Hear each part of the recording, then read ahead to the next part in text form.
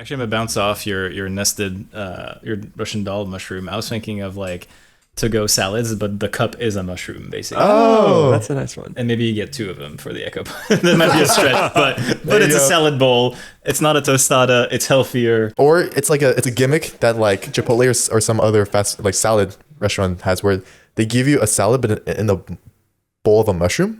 Like, it's a mushroom, and then like you can eat a salad, then you can go get a refill with it if you don't eat the mushroom just yet. Yeah.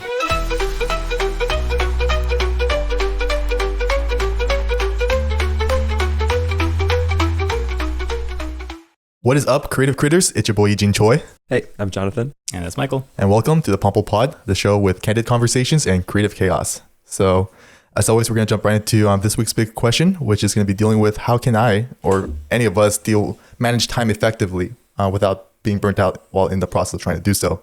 Last week, we were talking about tight schedules, and a couple of episodes a while back, we were also talking about productivity. How do you keep a team productive?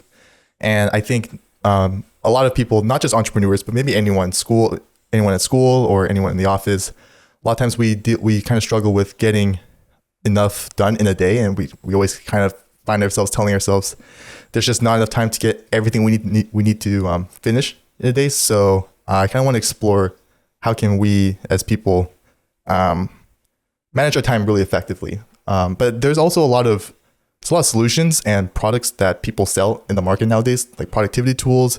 You have things like Notion, you have Microsoft Copilot. I'm trying to think of a couple. You have like Google Calendar, where you can just itemize things to do. So there's a lot of solutions out there. But it still seems like the issue with time management is always prevalent. So I kind of want to first dive into, let's first ask ourselves, what can an individual immediately start doing even today, right now, anyone who's listening right now? What can we do immediately to create artificially, quote unquote, create more time to be able to complete both urgent tasks and be able to look ahead in anticipation of future work? That's a good question. I like it because it's the pragmatic take on, I guess, some of the episodes we've had in the past. I like that you mentioned tools too, because there's certainly no shortage of them out there in the world. I'm actually less on the tool bandwagon. I think it's more of a sort of state of mind or principle-based approach rather than relying on tools. By that, I mean, to me, the secret to productivity is kind of triage, essentially, asking yourself, even something as simple as a protocol that goes through, when is something due? How long is that going to take me to complete? And how important is this? You could do that on your phone. You wouldn't really need any fancy tool to do that or anything, but it allows you to pick that first item and then just get going, essentially, and really lower that barrier to entry so you can just start doing rather than sort of being in the conceptual phase where you might sometimes still be stuck, even when you do have tools. So that, is the way to get started. And that doesn't stop you from revisiting periodically as you go. You kind of want to close the feedback loop with those questions. That allows you to get started and then revisit whether you picked the right one. And maybe, depending on how conditions change, you can sort of dynamically change your to-do list as you go throughout the day and give yourself ample time that you can course correct if need be. But so that's my take on it being less tool-based, more protocol or principle-based, I guess, if that makes sense. Yeah, I think that's a smart way to do it, because sometimes over-reliance on tools or over-scheduling can be something of a hindrance in itself. You spend too much time like writing down all the things you want to do and not enough time doing them. Yeah. we can circle back to that later. Absolutely. I think that while time is always conserved, and the only way to like get more time is to waste less, energy is definitely something that you have control over. So when it comes to preventing yourself from burning out, there's a lot of things you can do to like create more energy. Even if it takes a little bit of time, it'll improve your overall productivity.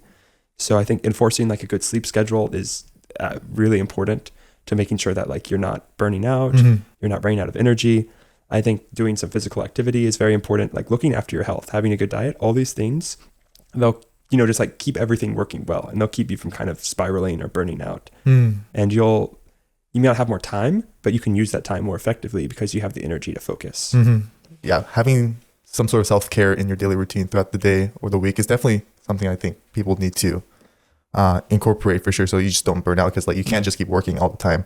I really liked what you mentioned before, Michael, about like those 3 questions, and it does like, so it was, if remind me if I'm getting it wrong, it was like what needs to be get done. I remember how important is it that it gets done, and I guess like what was it, when? Yeah, like when is it due? How imminent is that deadline? How important it is, and also some notional how long is how hard is that task, or how long is it going to take to complete? For sure. You can have something that's very difficult that you want to get started early because it's going to take you a while, or you can have also something that's due soon but very important, and so it kind of allows you to map the field a little bit with all kinds of different situations you can be in. Yeah, and I'm sure some people who are listening to this are probably screaming, "This is just what the Eisenhower matrix is," and it does sound like it's similar, but it does have some added nuances and a bit more depth into it.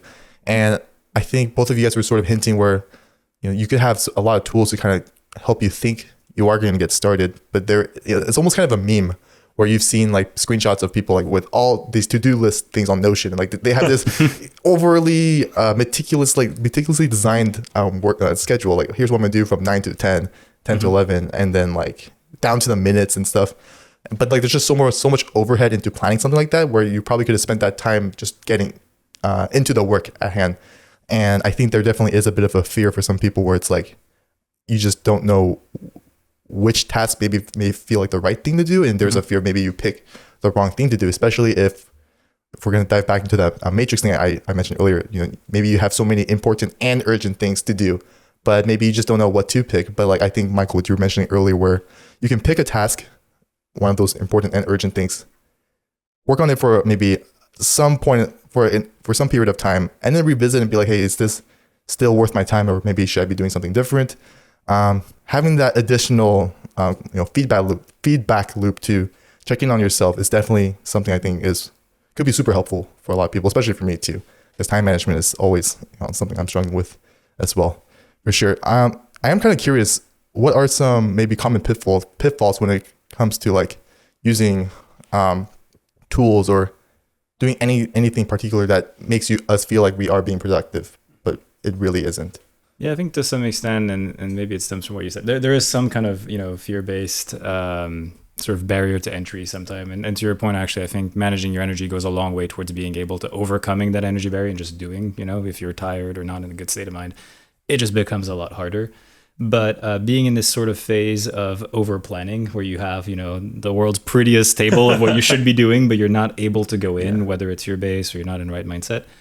And at the other extreme, sort of over relying on the low hanging fruits where you've checked 15 things off, but none of them have, as meaningful of an impact as you could be doing. That would be kind of the common pitfalls. And I think that's where really like focusing on what drives impacts can allow you to feel more confident in the work you're doing. Because at the end of the day, even though you might feel good for checking off a long list, if you miss the mark on, either what makes your boss happy and they're not happy with you, or what you should have been doing for, I don't know, a partner, a friend, a parent, and then they're not happy with you, like you're still going to feel that down the road, even if you checked off 20, 30, 40 low-hanging fruits, or if you never got started, if you're on that sort of over-planning phase. So it's scary to get started, but I think getting started and knowing that you can always course correct, like as the day goes on, if you leave yourself those opportunities, can be kind of a way to avoid those pitfalls. Yeah, that's a big one, kind of over-optimization, over-organization, and prioritizing urgency over importance. Those are all pitfalls that can really kill your productivity, but still give you the impression that you're doing something useful. Yeah. I'd say another one I'd add to the list, especially for people my age, like people who are Gen Z, is overthinking communications. Like if you have to send an email to someone, taking like 20 minutes to like write it and then revise it. It's like, if it's not like absolutely critical, then it should be like 3 sentences long. You should say exactly what you want to say and just kind of let them handle it, or ask for clarification if there's something they don't quite get. I think that sometimes people will be afraid that they can like, it's almost like that joke where you have like, so I saw this, I think it was one comic, like maybe an Etsy CD that was like, oh, this is how like the undergraduate like writes emails. And it's like, dear professor, I was asking to inquire about how the graduate writes emails. And the professor is just like, okay, like get this done. I was gonna say, there's nothing worse than if you spend 20 minutes writing the email and the person like replies like, receive, thank you. And you're like, come on. Yeah, exactly. So I think being efficient with communication, but still precise and still clear. I think even cutting down the amount of words and this fluff improves communication, because the things that are important, they stick out and they're easier to parse. Absolutely, yeah. I hear myself in this example. I don't like it. Oh, no. That is something I've struggled with, and I'm still working on it, but it's something I recognize that would be better for me to improve. Yeah, I mean, you've seen screenshots of like people sending corporate emails, like maybe Steve Jobs saying something to someone else, where it's just like name, thing, gone. And like, let's see ya or something. And they're like, name, here's everything. And like people just push the pleasantries aside and just say what needs to be said. And there's a time and a place for pleasantries, but you need to understand when it's important and when you're just wasting time. Mm-hmm. Yeah. Actually, no, that's actually a really good point about communication. Yeah. So in terms of like time management, how a lot of what we said here were really good points. Is there anything here that can translate to leadership when you're managing a small team or a big team? How can any of this lend itself well to that kind of environment? I think, at least kind of sticking to the angle I was coming from, I think modeling low friction execution is maybe one way to put it. Meaning it's okay to start messy. You don't have to start with the perfect plan. I think it's okay to start, be messy with it, and then sort of have that feedback loop. I guess in the context of a team setting in this question, it would be, showing your work early, being able to kind of share, communicate across the team so you're able to work on it, so you can get started and still sort of iterate all together.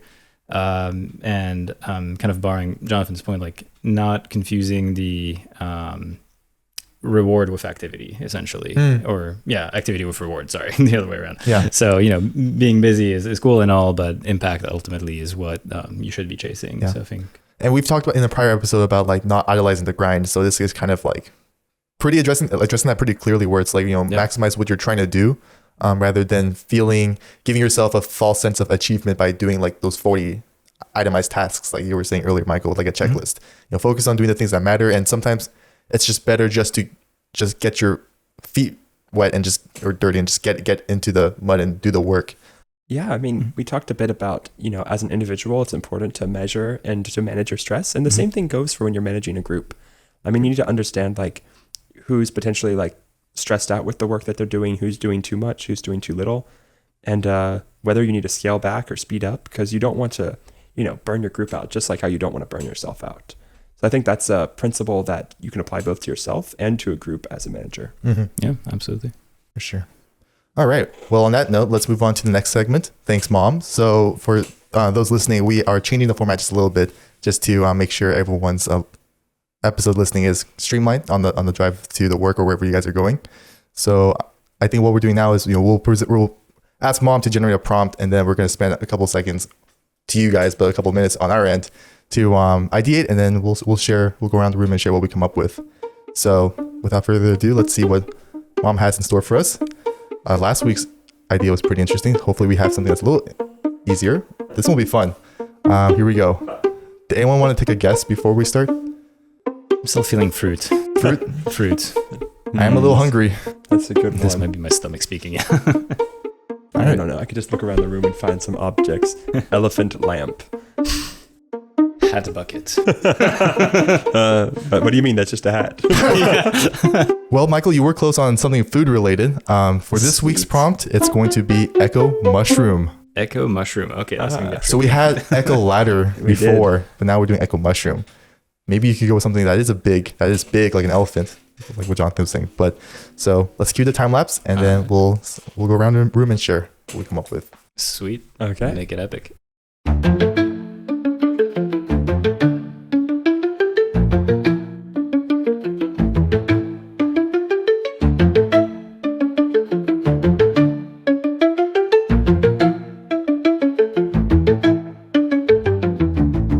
All right, I'll just share the dumb one just to break the ice. Russian dolls in the shape of mushrooms. I thought about that. Oh wait, no, I thought about nested mushrooms. Actually. Yeah. Like the Russian dolls, but but actually mushrooms. Mm-hmm. You open one mushroom. Take them as a smaller mushroom, then a smaller one. It's like a stuffed mushroom filled with mushrooms. Yeah, there you delicious. Go. Yeah, if you could grow them like that, that'd be impressive, actually.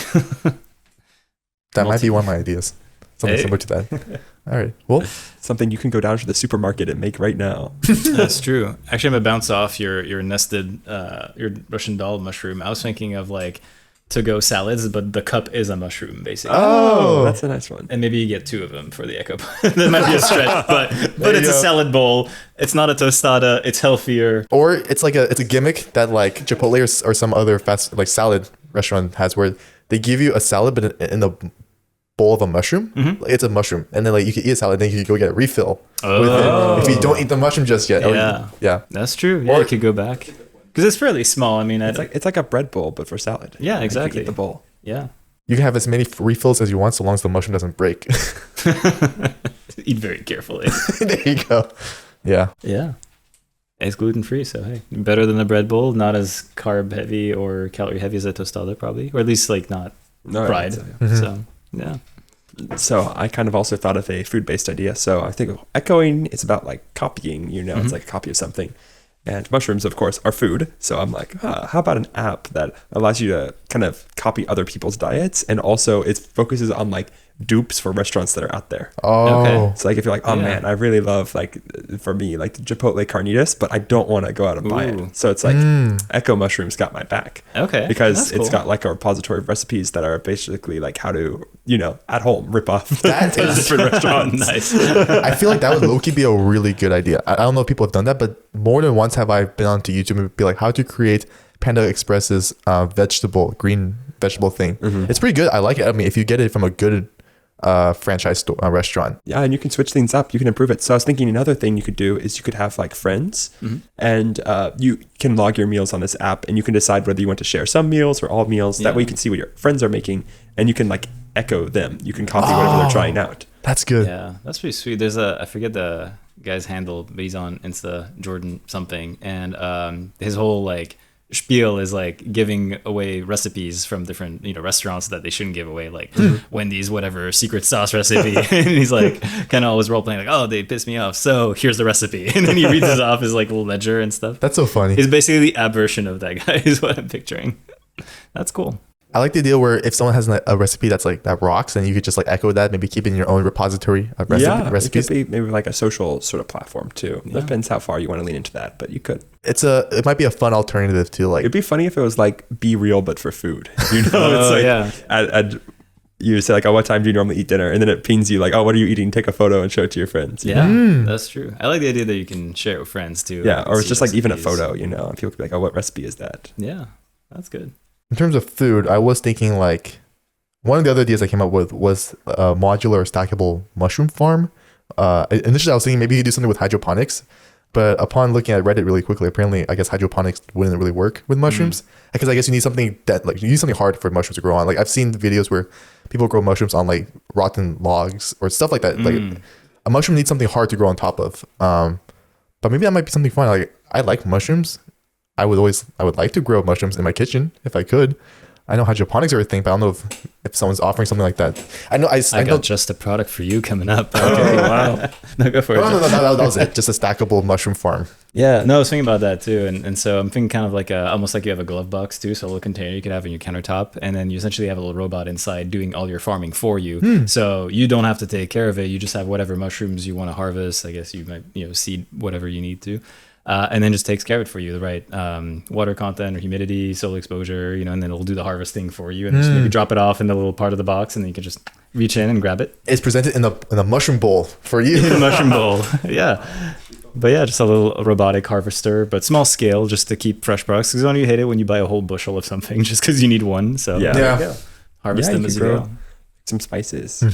Yeah. I also thought of mushroom farm, but it's a little bit different than yours. I was thinking, well, one interesting property of mushrooms, I actually need to verify this, is I think like most vegetables, you can just take a small piece of them and use that to grow a larger mushroom. Or I guess they use spores to reproduce too. Yeah. But I was thinking, okay, well, I've heard about you can use like sound to maybe encourage plants to grow. But instead, what if you use sound to like explode a mushroom? That way all the shrapnel falls around, and then those grow up, and then you explode them again. Yeah. And so that way you can take out like the difficulty of having to like take pieces off and plant them precisely. You can just kind of use this device to blow up your mushrooms by hitting their like resonance frequency with a really loud noise and blowing them up. That does remind me. I know like there's like a Chinese medicine where people have like these gigantic mushrooms and you scrape off like the dust or something that the mushrooms accumulate. It's for medicinal properties, supposed to.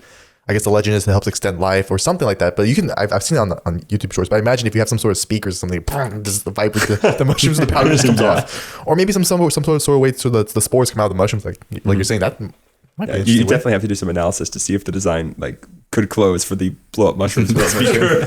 But I think it's a fun idea at the very least. It'd be fun. It could be a nice subtle way to have like a sound system in an outdoor party environment where you just have, I guess, mushrooms. You get doused in mushrooms. Like the mushrooms are just the speaker. Like where the gills of the mushroom is, that could just be where the sound comes out. Oh, like the speakers, and it's like an Alice in Wonderland theme type. Maybe. Party maybe, and just got the mushrooms or the speakers. Yeah. Oh, that could be fun. Yeah. You might be able to jump on them. Just like Mario. You've become Mario. Yeah. There you go. Well, I think in terms of sound, I actually had an idea about sounds as well. This is super simple, but like an app that can let you play ambient nature landscapes. Nothing too original, but that's what came to my mind when I was thinking about Echo, like something to do with sound. Mm-hmm. Yeah, and then Mushroom has to do with nature, and I was trying to figure out some way to combine them, but that's what came to my mind. Maybe you could put a creative twist to it. Maybe it plays sounds that only Mushroom makes. Do mushrooms make sound? It's probably a really quiet app. But, made by mushrooms for mushrooms. Well, we know they have like a secret language, and we don't know. So maybe they're talking Exactly. conspiring as we speak. Yeah, there's a mushroom cult out there. You never know. I was trying to integrate the echo part of it too, and my other food-based idea was basically recreating almost like bread slices, but from mushrooms to make a sandwich shop called Mush Mush. That would be like mushroom themed, either mushroom themed sandwiches or encased in 2 slices that are essentially mushrooms. You could use the mushroom caps themselves as like the buns. Oh, like a hamburger That's what I'm bun. thinking, yeah. Like, there you go. Yeah. And exactly, you take them as, or maybe you have like a mushroom powder and you kind of find a way to make like a nice, delicious sort of bread not placebo, but remake if it needs to be, texturally more appealing than 2 mushrooms just slapped together. It might end up. End up being more healthy and taste better than just normal bread, because apparently what mushrooms have like a lot of umami in them. So you go to Trader for sure. You go to Trader Joe's, and like just yesterday I went to Trader Joe's. There's like a umami seasoning with just mushrooms. So yeah, you might be onto something. The name sounded fun, Mush Mush, for a sandwich shop. So that's as far as the idea went. It was not as creative as the exploding mushrooms or the sound bath for mushrooms. Yeah. I mean, you know what? That's probably going to be Pample's first restaurant, our first in-store restaurant. Mush Mush. Sold. There you go. There you go. We talked about managing energy earlier and being healthy, so there we go. And that's So for my last and most dubious idea, I thought about the fact that fungus is able to actually find its way through mazes sometimes by like basically detecting the scent of something. Like if you build a maze and then you put like food at the center, it'll grow to, like on the optimal path to find it. Yeah. So I was thinking, okay, what if you were to use some form of indoor sonar, or more specifically, like a gimbaled directional microphone? That way you can kind of like either scan your environment for maybe like electronics, because you can hear their fans. I was kind of thinking like the large plane spotting dishes used in World War II, of course, like a smaller, more mobile version of that. Yeah. But you can take these really quiet, really distant sounds and essentially like amplify them either in an analog manner or digitally. And you can maybe, for example, like if you're in a cave, you could like hear like where the air is going to figure out like where the exit is. Yeah. Or finding water, listening for like planes or fans. It would be interesting to kind of have like a passive sonar, or it could be active too. Yeah. Just using sound to navigate like a mushroom would. Yeah. There's a NASA variant that looks for heartbeats on the rubbles if there's a collapsed building and stuff like that. So that could be a cool application thereof. Maybe it helps locate. For a second, I thought you were going with like extremely rapidly growing mushrooms that could like hunt down like or find people. That would be the trail just like instantly grows, and in a minute you're like, oh man. Wow, that'd be a really interesting application. It's almost like a bloodhound for any specific scent, but it's like you engineer this mushroom such that you can like put a sample of something in it, and then it will like point the way towards it by like growing that'd towards be it. interesting. Yeah. Bloodhound mushrooms. That's really interesting. Yeah. No, I was gonna say like the last idea I had was I don't know if it's kind of similar to yours, but I was thinking like some sort of, I'm calling it a pathfinding equipment, but you can use in caves. Where first thing that came to my mind in mushrooms was just like, I know mushrooms, some of them live in dark. Yeah, they definitely prefer dark places, dark areas. So I was thinking like a cave maybe. And I was thinking like echolocation, kind of like bats. So I don't know. The first idea that came to my mind was like trying to do something with caves. So maybe if maybe it could be some way to track where you're going in a cave. This could be useful for cave divers. But I think what you were proposing earlier, Jonathan, might make more sense. But yeah, honestly, I'm not sure where I was going with mushrooms in caves. But like I was thinking some sort of tech that you can use with mushrooms or something. I like the intent of it. I'm not sure how it manifests itself yet, but I like the intent maybe of it's it. like a mushroom battery. You know how like you have batteries made out of like other vegetables. Maybe there's some way to harness the power of a mushroom and its ability to grow in the dark. The next fusion. Free mushroom energy. This whole time it was right below our feet. Well, that's all I got. Oh, same. Yeah, mostly food ideas today. Agreed. Well, they sure are tasty. Well, I think that's a good place to wrap up this segment. Well, and if anyone has any anything that they wanted to share about this week's big question about how to manage time effectively without burning out. And if anyone else had any cool ideas about this week's prompt about echo mushroom, please leave it in the comments wherever you're listening to us, either on Spotify, YouTube, Apple Podcasts, on any platform. And we'd love to listen to you. And so thank you for listening to this week's episode. And we'll see you guys next week. So take care, y'all. Yeah, see you next time. Have a good one.